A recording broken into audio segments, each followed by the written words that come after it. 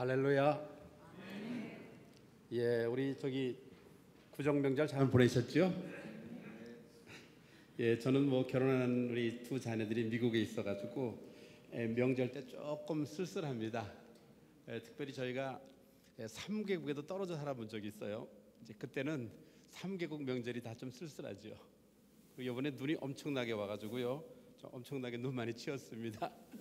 우리 또 교역자님들이 참 눈 많이 치우나고 수고하셨는데 과부사정 과부가 한다고 너무 감사드립니다. 요즘 우리 설교자들이 정치적인 위기 상황 때문에 말씀 전하기 쉽지 않지만은 오늘 우리가 기대감을 가지고 말씀을 좀 깊이 상고해 보면서 우리 삶에 좀 적용을 해보고 싶습니다. 어느 분이 그러더라고요. 한국에는 여전히 희망이 있다고 그럽니다. 낮에는 태극기, 밤에는 촛불. 그렇죠? 근데 문제는 박이 터졌어요. 너무 우리나라가 지나치게 분열되어 있다는 겁니다. 이제 그래서 우리 아침에 설교 말씀 나누기 전에 같이 좀 기도했으면 좋겠습니다. 우리 에레미야가 3장 22, 23절 보면 여호와의 인자와 긍휼이 무궁하심으로 우리가 진멸되지 아니함이리다. 이것이 아침마다 새로우니 성실이 크도소이다. 우리 그 교회사에서 예수기도라는 게 있습니다. 주 예수 그리스도 하나님의 아들이시여 이 죄인을 불쌍히 여기소서. 이 기도를 우리 수도사들이 엄청나게 많이 했습니다. 그래서 오늘 우리 같이 에레미야 애가 3장 22절 23절 말씀, 또 우리 예수 기도를 좀 따라서 같이 기도했으면 좋겠습니다. 정말 우리 민족을 하나님이 불쌍히 여겨주시고 또 우리 한국교회를 불쌍히 여달라고 우리 잠깐 기도하고 우리 말씀 전하도록 하겠습니다. 우리 함께 기도하겠습니다. 하나님 아버지 감사합니다. 오늘 아침에 또 우리가 말씀을 나누면서 하나님 아버지 다시 한번 주님 앞에 올려드립니다. 아버지 은혜를 주시옵소서. 성령을 붙들어주시고 수많은 어려움과 하나님의 환난 가운데 저를 지키시고 6.25 일제와 또 6.25 동란과 아니면 여러 가지 어려움 가운데 지켜주신 주님, 하나님 이 민족을 불쌍히 여겨주시고 아버지 성령으로 도와주시고 역사하여 주시옵소서. 성령으로 붙드시고 인도하여 주시옵소서. 주님 앞에 올려드립니다.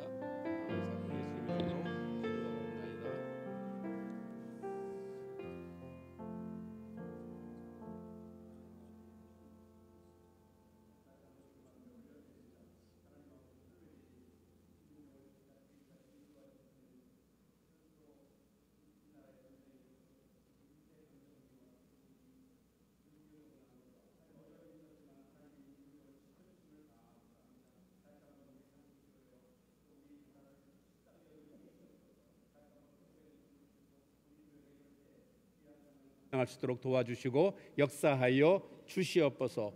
오늘도 부족한 종의 말씀을 증거할 때 예수의 보혈로 씻어주고 덮어주실 때 주의 말씀이 사랑하는 성도님들에게 전달될 때 살아있는 루에마의 말씀이 돼서 우리 삶을 변화시키는 귀한 말씀 될 수 있도록 도와주시고 역사하여 주시옵소서.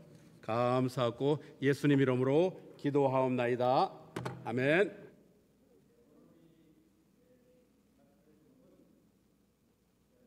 믿음의 여정 롯국어 영성입니다.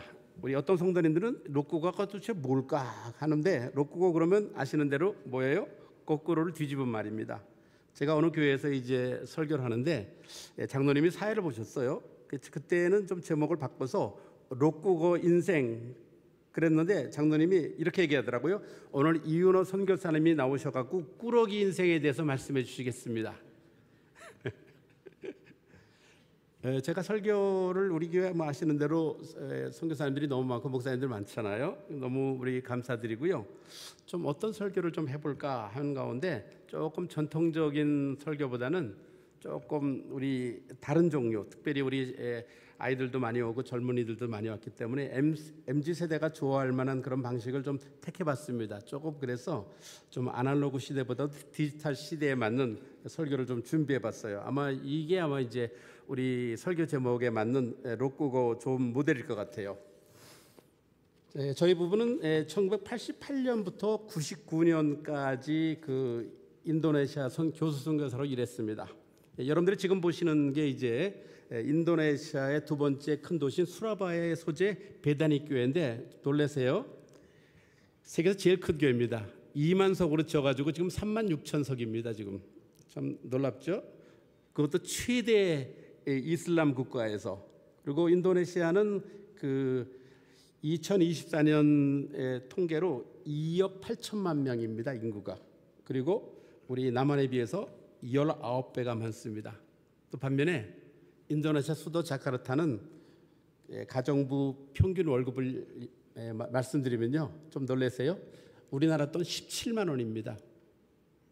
참 그러니까는 한국에서 웬만한 분들이 거기가 살면 좀 왕처럼 살 수가 있죠. 그리고 여기가 지금 만약에 인도네시아라 그럴 것 같으면 제가 이렇게 말할 수 있습니다. Selamat pagi saudara-saudara dikasih oleh Tuhan Yesus Kristus yang pertama saya mengucap syukur, mengucapkan banyak terima kasih atas kesempatan yang diberikan kepada saya untuk menyampaikan firman Tuhan. Kiranya Tuhan memberkati saudara sekalian. 여러분들이 무슨 말인지 한마디도 못 알아듣기 때문에 저희 집사람만 빼놓고는 제가 자신 있게 말하는데 무려 인도네시아 350가지 언어가 있습니다. 제가 쓰는 언어는 인도네시아 공용어입니다. 오늘 우리가 같이 믿음의 조상 아브라함의 신앙 수업으로 신앙의 본질인 믿음에 대해서 좀 아브라함을 통해서 좀 배우고 싶습니다. 어느 노 교수가 대구에 있는 모 대학에 이제 철학 교수가 강의를 하러 내려갑니다. 딱 학생들이 굉장히 많지 않습니까? 딱 이런 질문을 던졌어요. 삶이란 무엇입니까? 굉장히 좀 얼토당지 않지요? 그러더니 조금 있다가 이래서 저도 삶을 잘 몰랐는데 오늘 우리 새마을을 타고 오다 보니까 삶이라는 게 삶은 계란. 삶은 계란. 그랬으면 얼마나 좋겠어요. 참 우리가 삶이 어렵습니다. 특별히 신자로서 삶이 굉장히 어렵습니다. 왜 그럴까요? 그거는 신행일치, 언행일치의 문제에서 비롯됩니다. 즉 믿음과 말 따로, 행동 따로, 믿음과 말, 행동 사이에 큰 괴리가 존재하기 때문입니다. 그래서 신자로서의 삶은 끊임없이 자신의 믿음과 행동을 돌아보며 싸워야 되는 과정을 요구합니다. 과연 그렇다면 신자와 비신자는 얼마나 다를까? 미국 통계입니다. 이런 얘기가 있었습니다. 가치관과 행동 양식에 있어서 신자와 비신자들은 얼마나 다를까? 자, 우리 생각에는 참 많이 다랐으면 좋을 것 같잖아요. 대답이 뭘까요? No difference at all. 전혀 차이가 없다는 사실입니다. 이거 미국 교회 얘기입니다. 한국 교회 얘기하는 거. 그 다음 질문이 재밌죠. 과연 목회자와 비신자는 얼마나 다를까? 저는 목회자로서 엄청나게 다르다. 우리 그냥 어느 동네 말로 겁나게 다르다. 좀 그렇게 말하고 싶은데 just a little bit different. 조금 차이 난다는 거예요. 조금. 미국 보면 이제 우리 미국의 이혼율 자료를 보면요, 빨간 게 이제 상위 이혼율이 높은 상위 5개 주예요. 파란 게 이제 하위 5개 주거든요. 근데 상위 5개 주에 볼 것 같으면 거기에 남부주 3개가 들어갑니다. 예를 들면 이제 아칸소라든가 오클라호마라든가 뭐 이렇게 3개 주가 들어가는데 놀라운 거는 그 3개 주의 이혼율이 전부 다 남부주 그러면 기독교인이 많고 성경이 많이 팔리고 보수적인 지역인데 굉장히 높다는 사실입니다. 특별히 미국에서 이혼이 제일 쉬운 동네가 도박의 도시 라스베가스인데 라스베가스가 위치한 네바다주보다 높습니다. 이 얘기는 뭘 말할까요? 이혼율에서 보니까 신자들이 비신자들보다 전혀 낫지 못하고 하다는 것입니다. 정말 이것이 단순히 신앙을 가진다는 것이 삶의 의미로 드러나지 않을 때 어떤 문제가 있는가? 정말 우리 모두가 믿음과 삶, 또 말과 삶이 일치해야 될 그런 고민의 필요성을 보여줍니다. 과연 그렇다면 우리 한국은 어떨까요? 2024년도에 우리 한국에서 발표된 종교 호감도일 것 같으면 개신교는 불교 천주교에 비해서 낮은 평가를 받고 있습니다.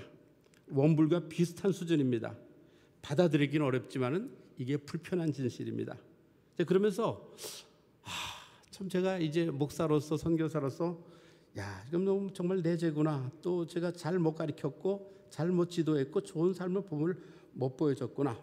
제가 이제 미국에 전도사로 있을 때 그날 이제 우리 중고등부 학생들 예배가 있었습니다. 그래서 미국 목사님이 와갖고 설교를 합니다. 그날은 통역 없이 설교를 했어요. 그래서 미국 목사님이 설교를 잘하고 설교 끝났습니다. 담임 목사님 나오셔가지고는 마이크를 잡더니 여러분 뭐 미국 목사님 설교 다 알아들었겠지만 뭘 알아들어요? 그냥 말하는 거죠.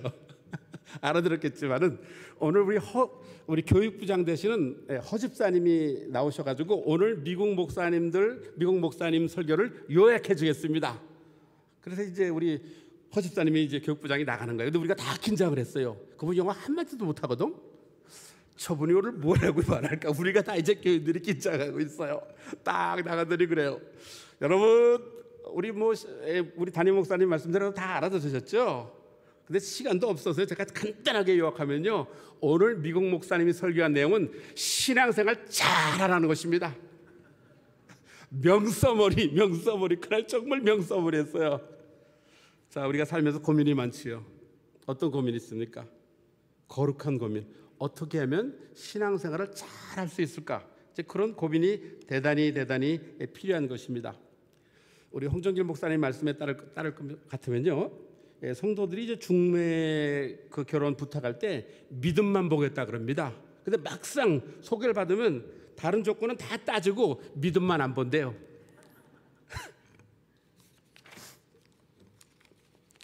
어느 할아버지가 이제 고속도로를 운전합니다. 아들이 전화 그래요. 아버지 지금 고속도로 잘 가고 있어요? 예, 잘 가고 있는데 아버지 지금 텔레비전 보니까 말이에요, 한 사람이 역주행하고 있어요. 역주행. 야, 아들아, 한 놈이 역주행하는 거 아니라 수많은 놈들이 역주행하고 있다 지금. 이거 누구 말하는 거예요 지금요? 우리 역주행 인생과 관련돼서 제프리 페포 교수가 이렇게 말합니다. 다른 모든 사람들이 하는 대로 단순히 따라가기만 하면 탁월한 경제적 성과를 달성할 수 없다. 또한 남들과 똑같이 행동하며 비정상적이고 탁월한 결과를 기대하는 것은 불가능하다. 그렇습니다. 오늘 사실은 설교에 한 가지 주제가 있습니다. 어떻게 살아야 된다는 거예요? 역주행. 다른 사람들이 살지 않는 역주행으로 살아간다는 것입니다. 이제 그래서 세상에서도 승리와 성공과 행복한 비결은 평범이나 보통이 아닌 특별한 방법, 로꾸거로 거꾸로 살아간다, 이렇게 얘기합니다. 이제 그러다 보니까는 이런 책들이 많습니다. 거꾸로 읽는 세계사, 거꾸로 수업, 거꾸로 우산, 거꾸로 수학교실, 거꾸로 식사법, 거꾸로 가는 자전거, 엄청나게 많은 책들이 있습니다. 그렇습니다. 죄를 짓는 거 빼놓고는 남들이 하는 대로 따라서 하지 말아야 됩니다. 오히려 다른 사람들, 특별히 비신자들과는 반대로 행동을 해야 됩니다. 이는 예수님께서 이제 그렇게 사셨고 또 성경이 역사적인 진리로 가득 차 있습니다. 우리 히브리서 11장에 볼 것 같으면 믿음의 영웅들이 나옵니다. 거기에 기록된 이름만 16명이 있습니다. 저도 만약에 이제 제가 지금 이제 오늘 아침에 7호선 2번 출구로 나왔는데, 제가 만약에 이제 80세에 자서전을 쓰고 싶은데 이미 책 제목 정해놨습니다. 책 제목 이렇게 정했습니다. 난 바보처럼 살았군요. 그 밑에다가 가로 안에다가 애들은 따라하지 마세요. 그렇습니다. 오늘 특별히 우리 아브라함을 통해서 우리가 배우고 싶은 것이 있습니다. 우리 성경에서 보면 아브라함 그러면요, 최초의 선교사라고 얘기합니다. 그리고 오늘 우리가 말하는 거꾸로 영성의 주인공이라고 얘기할 수 있습니다. 특별히 이제 아브라함이 한국 선교사로 왔다 그러면 하복근 선교사라고 아마 이름을 지으면 좋을 것 같아요. 우리 담임 목사님, 우리 하룡 목사님과 같은 하씨, 하나님 하씨, 거기다가 복근, 복의 근원이 되라. 우리 아브라함은 신약 성경에 보면요, 모세가 80번 이상 언급이 됐는데 아브라함은 73번 언급이 됐습니다. 가장 많이 나왔습니다. 이제 우리 아브라함이 우리 학생들에게 오늘 우리가 수업처럼 얘기한다면요, 아브라함 선생이 던지는 두 가지 질문이 있습니다. 첫 번째는 내가 떠난 곳은 갈대아 우르인가 하란인가? 첫 번째, 우리가 갈대아 우르는 사실은 우르가 지명입니다. 갈대아인들의 땅 우르. 그 다음에 두 번째는 하나님이 내게 아브라함에게 주신 명령은 단 1회적인 명령인가? 혹은 최소 2번 명령인가? 생각을 해봅니다. 먼저 우리 아브라함 선교사를 소개하면 아브라함은 우리 데라의 막내 아들로 생각합니다. 우리 특별히 아시는 대로 이제 나홀과 하란 아브라함인데 성경에 보니까는 아브라함이 그 하란을 떠날 때 데라가 죽었는데 데라가 그때 205세라고 얘기합니다. 그때 아브라함의 나이가 75세입니다. 그렇게 계산해 보면 학자들이 말할 때 데라가 아브라함을 몇 세에 낳는가? 130세에 낳았다 그럽니다. 그렇게 우리가 계산이 됩니다. 그다음에 부인 사라는 우리 이복 우리의 동생이라고 볼 수 있습니다. 그 얘기는 뭔가면 아버지 데라는 똑같은데 어머니가 다르다는 얘기죠. 이제 그다음에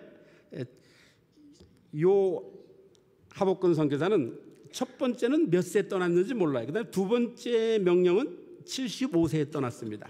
그리고 고향은 갈대아우르고, 그다음에 직업은 두 가지 설명했습니다. 목축을 했다는 설명도 있고, 또 우리 유대 미드라시라는 유대 전승에 볼 것 같으면 아버지가 아마 우상을 만들었다 그런 얘기가 나옵니다. 그래서 아마 아브라함도 그거 팔질 않았는가, 이렇게 이제 판매자라고 얘기하는 분도 있습니다. 그리고 당연히 데라는 하나님을 안 믿었기 때문에 불신자 가정입니다. 우리 일대 신앙이라고 얘기할 수 있습니다.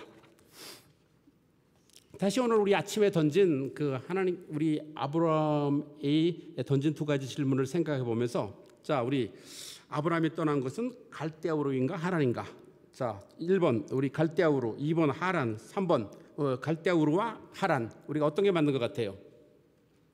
자, 1번, 2번, 3번 중에서 3번이 맞습니다. 우리 사도행전에 볼 것 같으면 이렇게 돼요. 사도행전 7장 2절 4절까지 이렇게 돼 있습니다. 우리 조상 아브라함이 하란에 있기 전 메소포타미아에 있을 때에 영광의 하나님이 그에게 보여 이르되 내 고향과 친척을 떠나 내가 내게 보일 땅으로 가라 하시니, 아브라함이 갈대아 사람의 땅을 떠나 하란에 거하다가 그의 아버지가 죽음에 하나님이 그를 거기서 너희 지금 사는 이 땅으로 옮기셨느니라.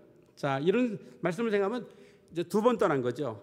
자, 갈대아우르 먼저 떠났다가 첫 번째 명령은, 그다음에 두 번째는 하란을 떠난 거죠. 그러니까는 첫 번째 한 번 말씀한 거 아니라 두 번 말씀한 거고, 오늘 우리 창세기 12장은 몇 번째 말씀한 거예요? 첫 번째 말씀한 게 아니라는 걸 우리가 금방 알 수가 있죠. 자, 우리 아브라함의 이동 경로를 보면 말씀드린 대로 갈대아우르에서 하란으로 떠납니다. 갈대아우르에서 하란은 약 860km에서 1100km 정도가 돼서 약 우리가 도축이나 이제 도보나 가축으로 가면 1, 2개월 정도 걸린다고 얘기할 수 있습니다. 이제 그리고 하란에서 가나안까지는 약 700에서 800km, 이렇게 우리가 지도를 보면 나와 있습니다. 자, 오늘 우리 본문을 통해서 세 가지 말씀을 드리고 싶습니다. 자, 롯구고 영성이라는 뭐냐? 첫 번째는 결벌의 영성. 자, 결벌의 영성은 뭡니까? 익숙함과 안주에서 탈출하는 것입니다. 자, 하나님께서 우리 창세기 12장 1절에 보면 여호와께서 아브라함에게 너는 너의 본토 친척 아비 집을 떠나 내가 내길 보여줄 땅으로 가라. 참, 떠난다는 게 그렇게 쉬운 게 아닙니다. 제가 1982년에 이제 한국을 떠나서 미국에 유학을 갑니다. 그리고 지금 이제 82년이니까 42년이 됐잖아요. 42년 동안에 19번 이사를 했습니다. 엄청나게 이사를 많이 했습니다. 작년 비행기도 한 60만 마일 타고, 작년에만 4개국을 작년에도 4개국 다녀왔습니다. 참 이렇게 떠난다는 게 이렇게 쉽지 않습니다. 그리고 아시는 대로 이제 우리 홍정길 목사님께서 이 설국리에 또 교회도 세우고 또 선교사 은퇴마을 이렇게 하고자 계획하셨을 때 남서울교회에서 오신 분이 우리 담임 목사님하고 그다음에 우리 장영각 장로님, 또 주광역 안수 집사님, 뭐 그렇게 더 있을지도 몰라요. 참 그분들 저도 굉장히 존경합니다. 이렇게 여기서 일원동에서 여기 오는 것만 해도 쉽지 않잖아요. 근데 저는 대륙에서 대륙을 옮겨보고 엄청나게 많이 옮겨봤어요. 자, 우리 익숙한 것부터 결별. 우리 구본영 씨의 책이 있습니다. 그 책 제목이 바로 익숙한 것과의 결별입니다. 누가 이렇게 써놨어요. 인생을 바꾼 한 권의 책. 나이가 들면 들수록 예전의 음식이 그려지고 더 편안함을 추구합니다. 이런 말이 있습니다. 1년 동안 같은 생각했으면 1년 동안 죽은 것이다. 10년 동안 같은 생각했으면 10년 동안 죽은 것이다. 익숙함과 안락함에서 벗어나는 일도, 새로운 것을 배우고 받아들이는 과정도 눈물과 고통을 요구합니다. 그래서 변화는 언제나 아픔을 동반합니다. 변화는 성장의 대가이자 더 나은 삶으로 가는 필수적인 여정입니다. 결별은 교회사적인 유산입니다. 데라는 우상 제조자였습니다. 아브라함이 그런 환경에서 떠나는 것이 하나님의 뜻이었습니다. 그래서 신자는 어둠에서 빛으로, 사탄과 흑암의 권세에서 하나님께로 돌아온 사람들입니다. 그래서 우리 초대교회에서는 이제 새 신자가 들어오면 무려 놀랄 준비하시고 3년 동안 교육을 했습니다. 3년 동안 새 신자 교육을 3년 동안 했습니다. 그 3년 가운데 6개월을 뭘 시켰는가 하면 포기와 결별의 기도를 시킵니다. 즉 사탄과 세속적인 삶과 단절을 선포시키는 겁니다. 이것은 바로 새로운 삶으로 나가겠다는 결단을 상징하는 중요한 예식입니다.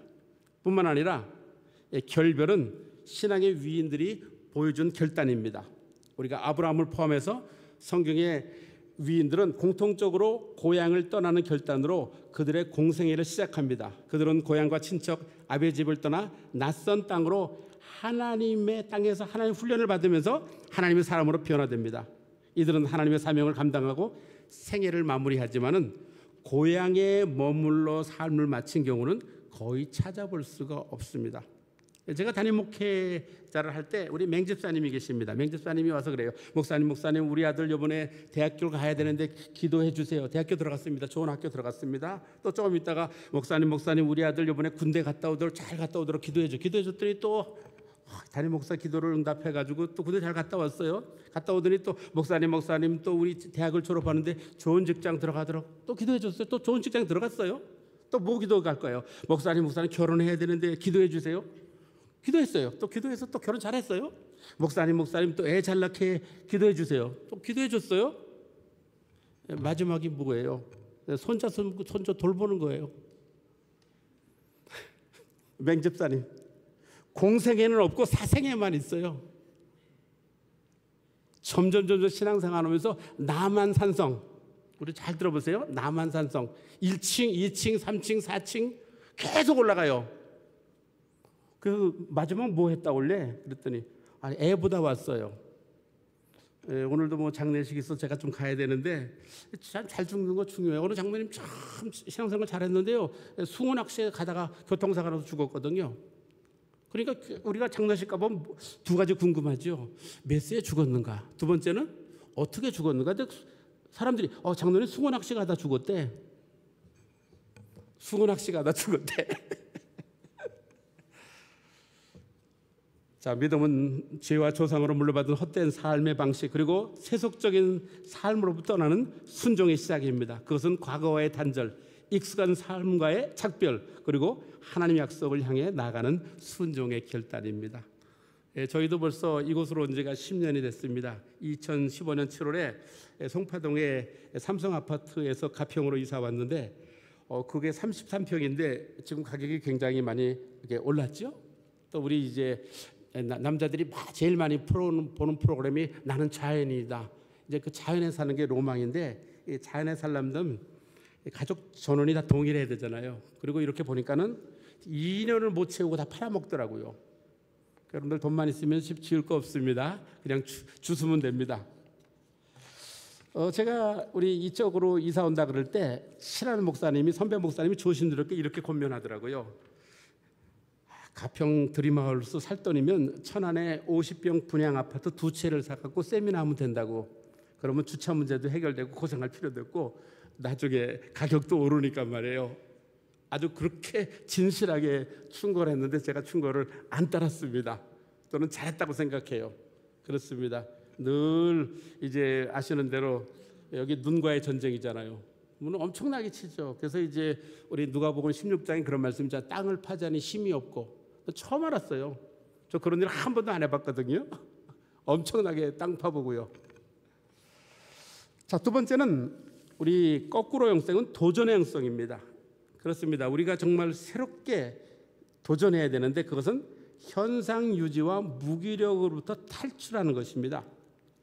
실제로 하나님께서 아브라함에게 주신 최소한 2번의 명령은 순종하기 매우 어려운 명령입니다. 왜 그럴까요? 아브라함이 하나님의 명령에 순종할 때 최소한도 4가지 어려움이 있었습니다. 첫 번째는 나이가 많습니다. 두 번째 명령 받을 때 아브라함은 75세, 사라는 65세. 그 다음에 아마 75세 어디 떠나라 그러면요, 요새 강 큰 남자 시리즈에 들어갈 것 같죠. 그 다음에 두 번째, 떠나라는 것이 뭐 미국이나 선진국으로 가라 그러는데 내가 보여줄 땅으로 가라 그랬죠. 그 다음에 큰 민족을 이룬다 그랬는데 지금 애도 한 명도 없거든요. 제가 좀 찾아보니까요, 역사상 고령의 출산으로 2019년에 인도의 망가얌마 야라마티라는 분이 있었는데 74세에 시험관 체외 수정을 통해서 쌍둥이 딸을 출산했습니다. 그 당시에 남편은 80세. 우리 권사님들 한번 도전해 보시겠어요? 74세에 시험관하기를 통해 가지고 이게 좀 애도 한 명도 없는데 큰 민족을 이룬다고, 얼마나 이게 터무니없는 약속이에요. 이제 그다음에 네 번째로는 떠나긴 떠났는데 그야말로 결단이 없었습니다. 왜 그랬습니까? 가나안으로 가라는데 하란에 머무르지요. 두 번째는 아비 집을 떠나는데 데라가 죽을 때까지 함께 삽니다. 그다음에 친척 데려가지 말라 그랬습니다. 근데 로또 데려갔죠. 그래서 어느 분이 말하되 로또 복권이 거기서 나왔다고, 로또 데려갔다고. 부분적으로 순종한 겁니다. 뭐 누구나 다 그럴 수 있어요. 저는 이 사건 보면서 많이 위로가 돼요. 우리가 순종한다고 말하지만 아브라함도 그렇게 처음부터 순종을 잘한 건 아니구나. 우리 초대교회도 마찬가지입니다. 사도행전 1장 8절에서 예루살렘과 온 유대와 사마리아 땅끝까지 내 증인이 되라 명령을 받았지만 그들이 떠났어요, 안 떠났어요? 안 떠났습니다. 무려 2년에서 4년이 걸렸습니다. 드디어 사도행전 8장에 큰 핍박이 나서 그들이 흩어져서 전도하게 되었습니다. 정말 그들은 선택의 기로에 서게 됩니다. 이제 그래서 떠날래 아니면 쫓겨갈래. 우리 좋아하는 찬송 있죠. 부름받아 나서니 몸 골라 가오리다. 떠나긴 떠나는데 신앙생활도 그래요. 골라. 제가 이제 선교지에서 많이 봤어요. 부름받아 나서니 몸, 거기서도 그걸 그렇게 따지더라고요. 그렇게요. 자, 우리 아브라함의 믿음도 보면 참 이 흔들림과 상승과 하락과 안정을 거듭하며 성장해 갑니다. 드디어 그러나 마지막으로 이삭을 하나님께 드리는 헌신을 통해서 순종의 결단을 보여줍니다. 믿음은 익숙함과 안정을 벗어나서 하나님의 약속을 신뢰하고 나가는 순종의 도전입니다. 도전을 갖다가 결코 이길 수 없는 싸움을 건다라고 해석하면 도전의 본질은 용기, 열정, 극복하려는 의지입니다. 우리 본문에 보니까는 이제 로마서 4장 17절에 보니까는 그가 믿음 바 하나님은 죽은 자를 살리시며 없는 것을 있는 것으로 부르신 이시니라. 여기 중요한 부분은 누가 믿은 하나님? 그가 믿은 하나님, 아브라함이 믿은 하나님이 그렇다고 하는 것입니다. 우리 허재산 집사님이 계십니다. 또 우리 김지혜 남편이고 부인은 김지혜 집사님입니다. 중학교 1학년 아들한테 이렇게 해요. 아들이 허만원인데 이렇게 얘기합니다. 야 만원아, 너 열심히 공부하면 하버드 대학도 들어갈 수 있어. 근데 어머니가 참 지혜롭죠. 만원아, 너 하버드 대학교 들어갈 처럼 열심히 공부해라. 전혀 다른 얘기죠. 그렇습니다. 그래서 우리 허슨 테일러, 제가 속했던 우리 중국 내지 선교회 설립자는 이렇게 말했습니다. 하나님에 대한 위대한 믿음보다 위대한 하나님에 대한 믿음이 더 중요하다. 나이가 들다 보면 두 가지 말을 입에 달고 산다 그럽니다. 몰라 못해. 그렇습니다. 이제 그래서 과감하게 탈출해야 됩니다. 이거를 탈출한 두 사람이 있습니다. 소개하고 싶습니다. 첫 번째는 93세에 서울외국어대학교 영문학 박사학위 입학하신 분이 있습니다. 권노갑 씨라고, 옛날에 우리 국회의원이죠. 이분이 말하는 걸 배우면은 나이가 없다고. 그 다음에 최근에 뜨는 분이 있습니다. 작년 수능 시험에서 최고령 수험생이 있습니다. 임태수 할머니입니다. 83세. 그래서 2025년에 숙명여대 사회복지학과 입학했습니다. 우리 입에서 몰라 못해 사라지기를 주의 이름으로 축원합니다. 저도 2010년에 58세에 상담심리 석사과정을 시작해서 2020년에 10년 만에 68세에 박사학위, 두 번째 박사학위를 받았습니다. 삶은 도전의 연속입니다. 2023년에 우리 김진홍 목사님이 운영하는 동두천 둘의 수도원에서 목수학교 초급반을 수료했습니다. 제가 만든 것도 저기 보이죠? 그다음에 작년에 또 우리 가평군에서 실시하는 드론 초급 과정도 수료했습니다. 그리고 요새도 이제 주 5회 18km를 메고 1시간 30분을 걷습니다. 그러니까 제가 이렇게 그냥 설교하고 걸어다니면 날아가는 것 같죠. 이걸 러킹이라 그럽니다. 그리고 요 최근에는 AI 동영상을 전문적으로 배우고 있습니다. 오늘 제가 설교에서 쓰는 모든 그림들이 다 천재화가 AI가 다 만들어준 겁니다. 이제 마지막으로 믿음의 영성, 현실과 가시적인 것으로부터 탈출하는 겁니다. 우리의 믿음은 떠남으로 시작하고 도전으로 이어지고 비전으로 완성됩니다. 믿음의 비결은 하나님이 약속하고 바랄 수 없는 중에 바라고 믿는 것입니다. 믿음은 현실의 불가능을 뛰어넘어 하나님의 약속과 가능성을 바라보는 시각의 전환입니다. 참된 믿음이란 보이지 않는 약속을 붙들고 그것을 따라가는 삶입니다. 그래서 이제 우리 믿음은 영원한 것을 바라보고 하나님 약속과 하나님 나라를 향해 나가는 삶의 자세라고 얘기할 수 있습니다. 우리 그리스도인이 이 세상과 하나님 나라에서 최고의 것을 얻는 비결은 C.S. 루이스의 말처럼 하늘나라를 목표로 살던 삶에 있습니다. 하늘나라를 목표로 삼으면 영원한 것을 누릴 수 있습니다. 이 땅에서도 풍성한 삶을 경험할 수 있기 때문입니다. 우리 모두 하나님 나라를 목표로 하나님의 말씀을 따라 살아가며 록구고 거꾸로 영성으로 새로운 도전을 시작합시다. 이제 우리 말씀을 마치면서 두 가지 사례를 말씀드리고 싶습니다. 정말 저보다도 훌륭한 분이 계십니다. 우리 가명인데 최복근 선교사님입니다. 미국에서 이제 공인회계사로서 돈을 많이 벌었습니다. 그런데 12년 전에 우리 권사님이 유방암으로 사망을 했습니다. 그리고 나서 LA의 대형 교회에서 1년 동안 부목사처럼 교회 봉사했습니다. 그리고 그 당시에 교육관 건축이 있었는데 교회 100만 불 헌금했습니다. 그러고 나서 약간 이상한 분위기가 있어요. 우리 사별한 우리 여자 성도님들의 선망의 대상이 됐습니다. 저분하고 누가 결혼할까? 그런데 지금부터 12년 전에 자기가 가진 재산과 교육과 자기가 가진 재산을 교육과 선교법인에 기부하고 2012년에 지금부터 12년 전에 70세에 말레이시아 선교사로 갔습니다. 지금까지도 말레이시아 선교사로 일하고 있습니다. 지금 몇 세에 그러면요? 82세인데 지금도 말레이시아 선교사로 일하고 있습니다. 늘 제가 설교할 때마다 참 너무 저보다도 훌륭한 분이다. 또 우리 아시는 대로 이제 오늘 본문의 그 말씀은 사실은 축복의 통로가 되라는 것입니다. 그래서 우리 김익두 목사님이 생각납니다. 우리 아시는 대로 이제 우리 김익두 목사님이 워낙 그 깡패 목사, 조폭 목사님이었잖아요. 전도사 때 이제 짓궂은 아줌마가 말이에요. 빨래하다가 물을 쫙 끼얹습니다. 쫙 맞고 나더니 그랬다는 거 아닙니까? 내가 죽었으니 네가 살았지.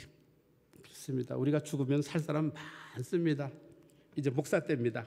이제 월요일 날 이제 야산에 조그만 바위 위에 앉아 있는데 대낮에 술 먹은 사람이 자기 바위에 앉았다고 자리에 앉았다고 막 두드러 팹니다.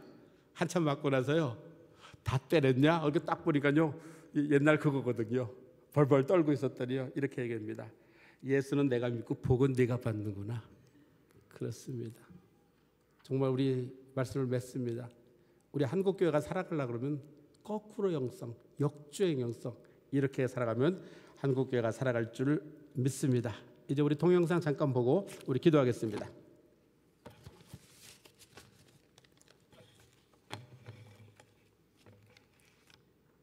소리가 안 나오네? 거꾸로 영성에 대해 배웠습니다. 우리는 아브라함의 믿음의 여정을 통해 거꾸로 영성에 대해 배웠습니다. 아브라함은 하나님의 부르심에 아무 조건 없이 떠났습니다. 익숙하고 안전한 땅을 뒤로하고 어디로 갈지 알지 못한 채 믿음으로 행했던 그의 선택은 순종과 신뢰의 본질을 보여줍니다. 거꾸로 영성이란 세상의 기준으로는 이해되지 않는 하나님의 방식, 즉 인간의 논리와 상식을 넘어서 신뢰하고 순종하는 믿음을 의미합니다. 아브라함의 여정은 성공이나 소유가 아니라 약속의 하나님을 온전히 의지하는 삶이었습니다. 우리도 때로는 길을 알 수 없고 이해되지 않는 상황 속에 놓이지만 하나님을 신뢰하며 거꾸로 보이는 길을 걸을 때 진정한 영적 성장을 이룰 수 있습니다. 믿음은 보이는 것이 아니라 보이지 않는 것을 따르는 여정이라는 점, 이것이 오늘 우리가 꼭 배워야 할 중요한 교훈입니다. 기도하겠습니다. 하나님 아버지 감사합니다. 우리가 아브라함의 믿음의 여정을 통해서 거꾸로 영성을 배웠습니다. 그렇습니다. 우리는 힘이 없고 능력이 없습니다. 하나님 아버지 다시 한번 우리에게 성령의 능력을 부어주실 때 하나님 세상에 수많은 사람들이 가는 길로 가지 않고 하나님께서 원하는 그 길로 갈 수 있도록 도와주실 때 우리 한국교회에 희망이 있고 더더구나 마지막 때 우리 한국교회가 전 세계를 향해서 선교적인 귀한 사명을 감당할 수 있도록 성령으로 도와주시고 역사하여 주시옵소서. 감사하고 예수님 이름으로 기도합나이다. 아멘.